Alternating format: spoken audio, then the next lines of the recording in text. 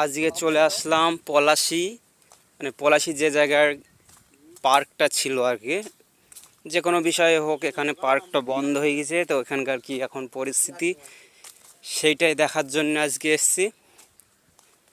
তো আমরা দেখি এখানে এই রাস্তাতেই সেই পার্ক, তো এখানে সব ভাঙচুর করা হয়েছে, পার্কটা নষ্ট হয়ে গেছে যেভাবেই হোক, এই সেই এরিয়ার ভিতরে। তো আজকে দেখি আরও ভিতর প্যানে গিয়ে দেখি। তো তোমরা সবাই লাইনে থাকো, দেখো ভিডিওটা, লাইক কমেন্ট এবং সাবস্ক্রাইব করে দেবা চ্যানেলটা, ঠিক আছে। 120 বিঘা জমিলি এই পার্কটা হয়েছিল, ঠিক আছে। তো এখানে অনেক কিছু দেখছি, যে সব গাছপালাগুলো